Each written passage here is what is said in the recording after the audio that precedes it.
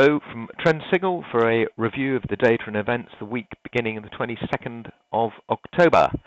Monday morning, indices firmer this morning following another strong showing by Chinese indices in the wake of that poor third quarter GDP data released last week.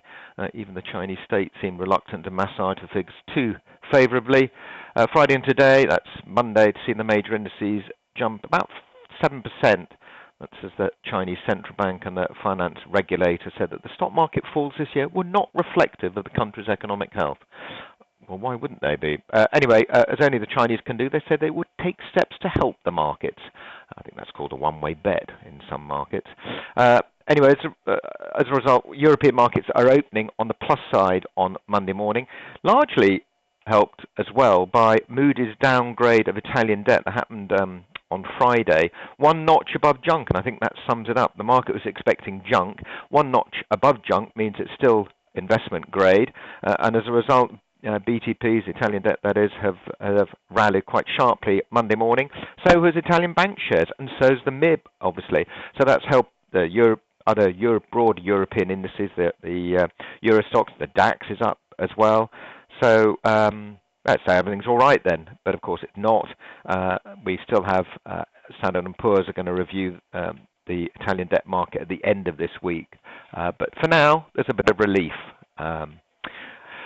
So lots of other things going on. The Khashoggi scandal continues to intrigue the public and the markets. It's turned into a bit of a geopolitical event, obviously with ramifications for relations between the US, Europe and Saudi Arabia.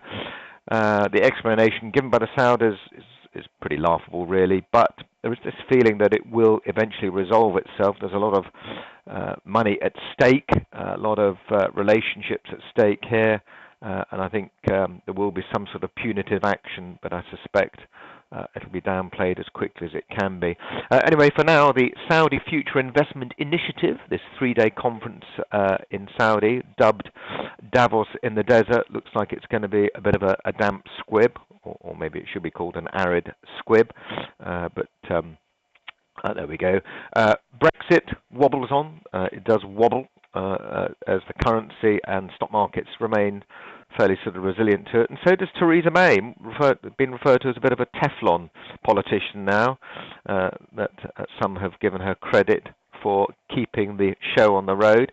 The outcome still seemed very uncertain. Theresa May still talks boldly about being 95% of the way to a deal, and everyone should just hold their nerves. But it was interesting, on Monday morning, Grant Shapps was interviewed on the radio, and who has been an ardent critic of May, now thinks is not the time to ditch May. Let me think. Anyone fancy it? I think the silence is deafening, despite the fact that the Telegraph here in the UK is constantly telling us that the plotters are close to challenging her. There we go.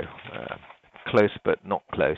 Let's have a look at the data and events this week. Bit of a sparse calendar, really. Nothing much on Monday at all, apart from a few Reserve Bank of Australia committee members talking. Tuesday, Mark Carney, he of the Governor of the Bank of England, talking about artificial intelligence. So, phew, no foot-in-mouth stuff this week from him, hopefully. Davos in the Desert, as I've just mentioned, that starts on Tuesday, a bit of a damp squib, as I said. Wednesday, probably the one of the more important events of the week. We've got the Bank of Canada, which are pretty certain to raise interest rates to 1.75% from 1.5%. CAD will be very sensitive to the news, of course. I think it's more likely that a failure to increase would see a CAD slump. That is unlikely, of course, but the market has definitely priced in an interest rate rise to 1.75%. That is at 3 p.m. on Wednesday. We've also got Eurozone manufacturing PMIs and services PMIs coming out on Wednesday, not shown on this calendar here, but we're looking for a slight pullback there, and of course the euro will be particularly sensitive to that data. Crude oil inventories, the regular release of crude data, now been demoted to a medium impact bit of news from Forex Factory, but it still is something that us crude traders still look at. A significant build in stocks over the last 3 weeks has taken its toll on prices, but I think maybe the Saudi scandal will support prices, but I wouldn't rely on it, because the Saudis have already come out and said that they will not be using oil as a weapon to get any concessions from what is likely to happen to them. Thursday, the main event of the week, I would suggest the monthly policy meeting of the European Central Bank. We're looking for no change in rates. Obviously, the European Central Bank Committee will say that it's going to stick to its plans to end QE, quantitative easing, in December, one of the last to finish. This spluttering Eurozone economy and the Italian budget row will likely cause the European Central Bank to paint probably a more dovish picture than of late, but certainly the growth is still spluttering compared to obviously the likes of the US growth numbers that we are going to look at on Friday. Advanced GDP, no sooner has the Q3 ended, just 15 days ago, the number crunchers have come up with their first of 4 readings on the gross domestic products in the United States. Not surprisingly, the numbers paint a bit of a slowing economy, but only slowing from an incredibly red-hot 4.2% in Q2. So 3.3%, not bad in most people's books.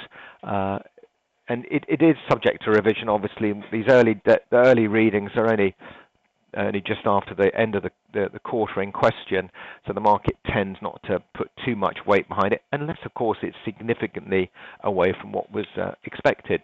That's it. Thank you very much for listening. All the best. Bye for now. If you would like more information about trading the right way, Trend Signal is giving you the opportunity to see and hear about its services live at a free online seminar. Take a look at the Trend Signal website for the latest events and to book your free place.